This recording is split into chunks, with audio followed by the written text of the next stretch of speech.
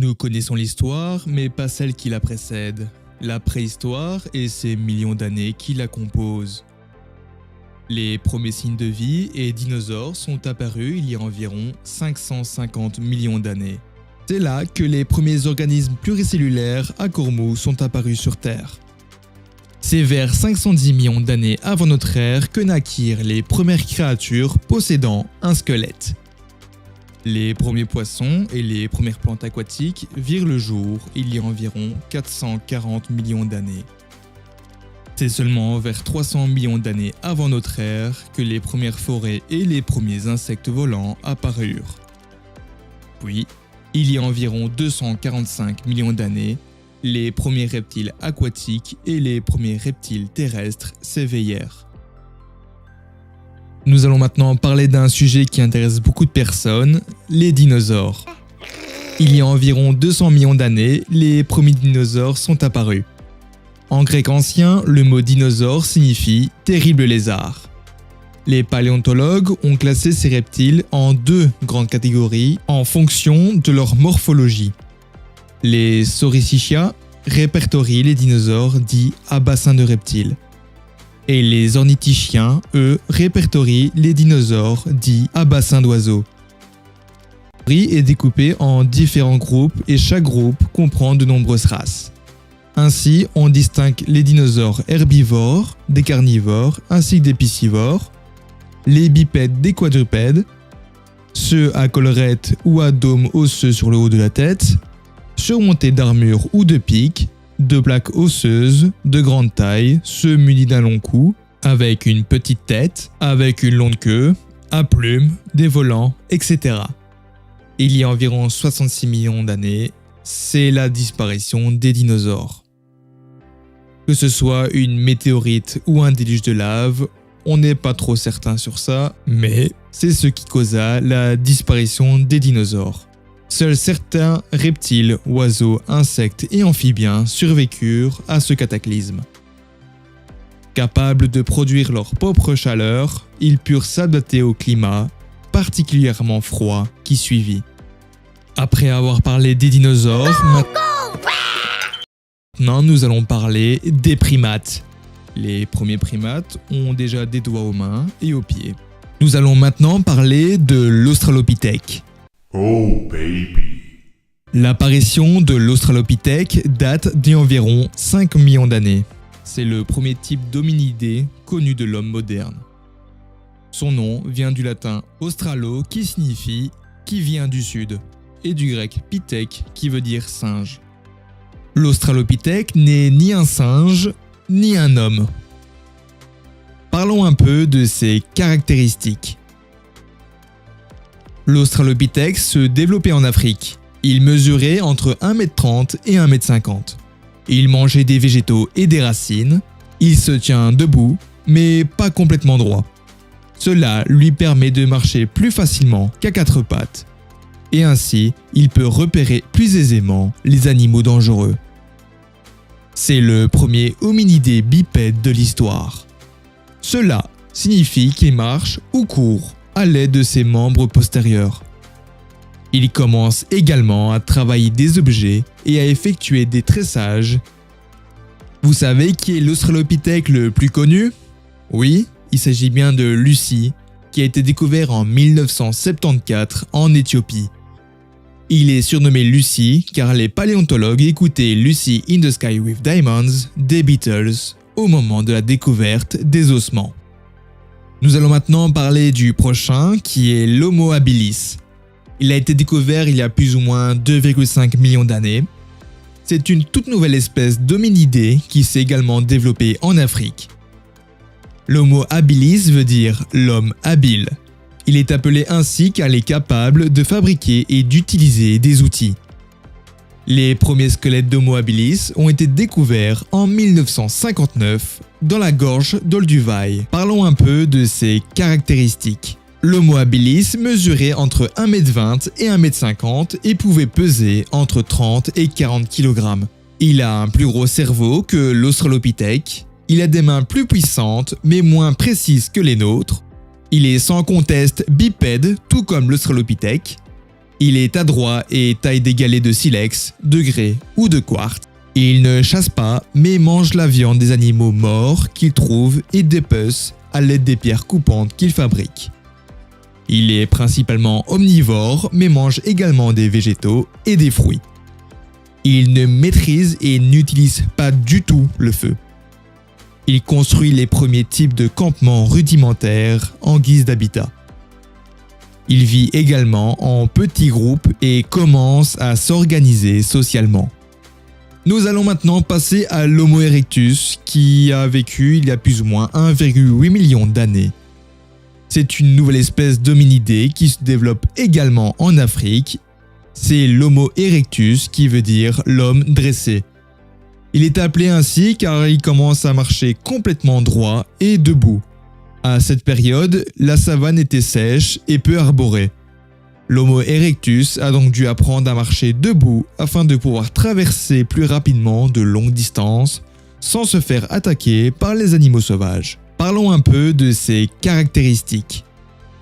Pour l'Homo erectus, c'est son cerveau qui est encore plus gros que celui de l'Homo habilis. Il suit des troupeaux d'animaux vers de nouveaux territoires et ainsi il explore le reste de l'Afrique, l'Indonésie, la Chine ainsi que l'Europe, et ce, il y a 500 000 ans. Il commence la chasse, la pêche ainsi que la cueillette. Il se protège du froid avec des peaux d'animaux et il confectionne des marteaux ainsi que des bols. C'est à cette période qu'ils vont commencer à domestiquer le feu. Il domestique les feux naturels issus de la foudre, mais il n'est pas capable de le fabriquer de lui-même. Cela marque un tournant capital dans l'histoire de l'homme, car le feu apporte de meilleures conditions de vie et une meilleure protection. Il y a moins de morts et la population s'agrandit. L'amélioration de la vie grâce aux bienfaits du feu. Le feu lui permet de se chauffer la nuit, il lui permet également de repousser les animaux sauvages.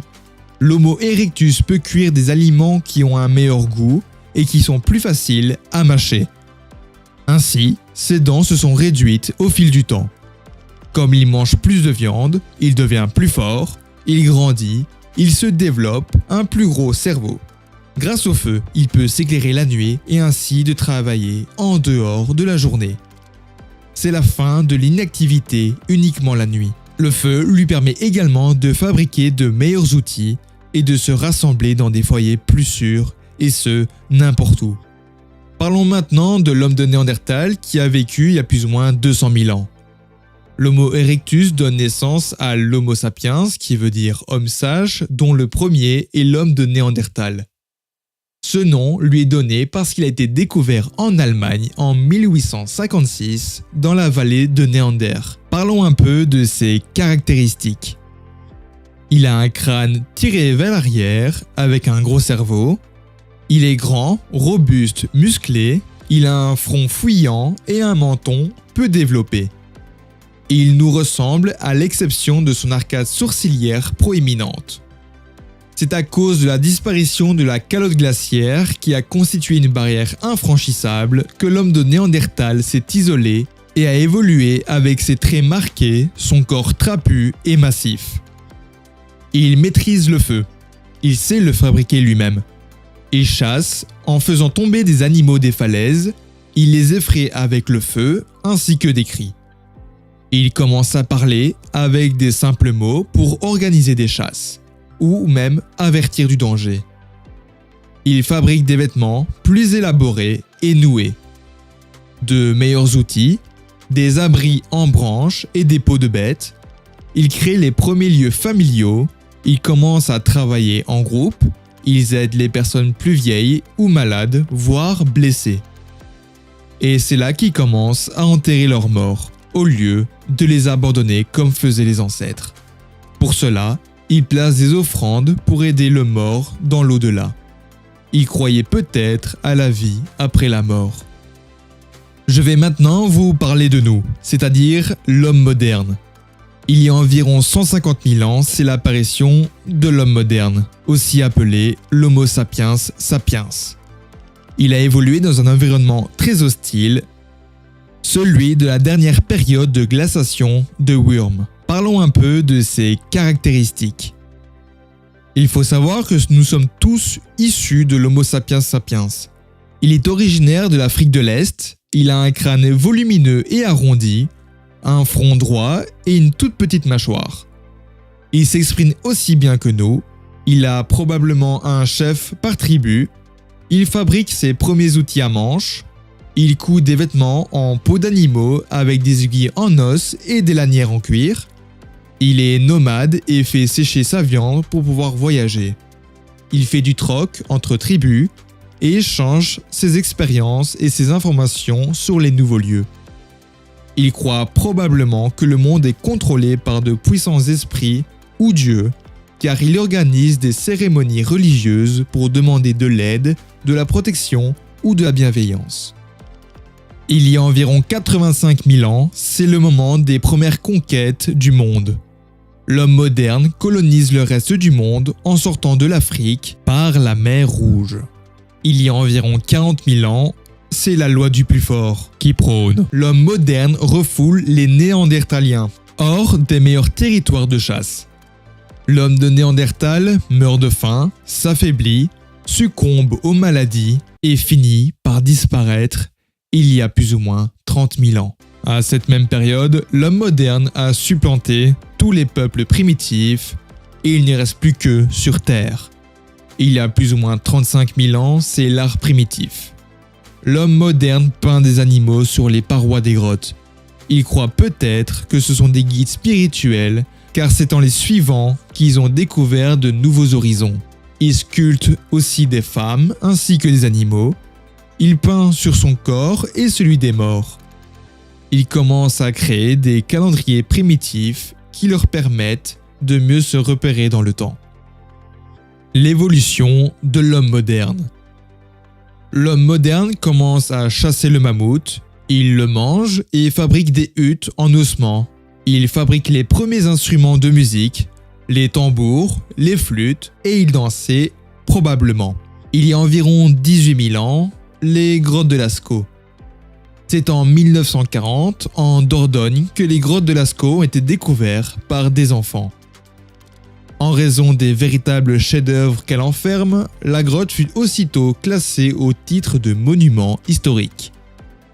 Les grottes renferment plus de 1900 représentations d'animaux peintes et gravées datant de l'époque du Paléolithique supérieur. La grotte originale fut fermée au grand public en 1963 pour éviter sa détériorisation. Une copie exacte, nommée Lascaux II, fut créée 200 mètres plus loin en 1983. Elle représente les deux plus grandes salles et est un spectacle saisissant à voir au moins une fois dans sa vie. Il y a environ 12 000 ans, c'était la fin de la période de glaciation de Würm. Tandis que le climat se réchauffe et que les glaces fondent et que le niveau des mers remonte, des grandes forêts apparaissent, les mammouths s'éteignent, les rennes migrent vers le nord et les chevaux et bisons deviennent rares. C'est là le début de la période du néolithique. Cette période est aussi appelée Nouvel âge de pierre. L'homme passe du stade de prédateur à celui de producteur. Certaines tribus changent de lieu en fonction des saisons, d'autres, moins nomades, trouvent des endroits où chasser, pêcher et cueillir toute l'année et commencent à se sédentariser. L'homme commence à apprivoiser de louveteaux qui se laissent domestiquer en échange de nourriture. Leur descendance engendrera les premiers chiens de chasse. Et c'est ainsi que se conclut la vidéo sur les grandes périodes de la préhistoire.